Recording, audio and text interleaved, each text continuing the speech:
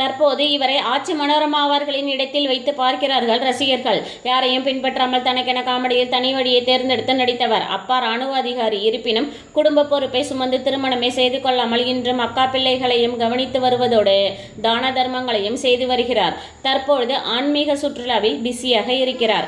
800க்கு மேற்பட்ட படங்கள். உழைத்து வாழ வேண்டும் படத்தின் தயாரிப்பாளர். வில்லு, சிறையில் பூத்த சின்னமலர் படங்களில் பாடகியாகவும், சிறந்த நகைச்சுவை நடிகைக்கான தமிழ்நாடு மாநில திரைப்பட விருதையும், பெண் நகைச்சுவை நடிகைக்கான நந்தி விருதையும் வென்றவர். 9ஆம் வகுப்பு நடித்துக் கொண்டிருந்த போதிலிருந்து மேடை நாடகங்களிலும் நடித்த இவருக்கு வெள்ளிரதம் என்ற படத்தில் நடிக்க வாய்ப்பு வந்தது.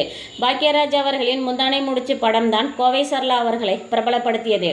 பிறகு கரகாட்டக்காரன் திரைப்படம். காமெடி இளவரசியாக மாறிப்போனவர். இவருடைய ஒற்றை வரி காமெடி சில இன்னும் பிரபலம்தான். நான் எம்ஜிஆர் அவர்களின் உதவியுடன் படித்தேன்.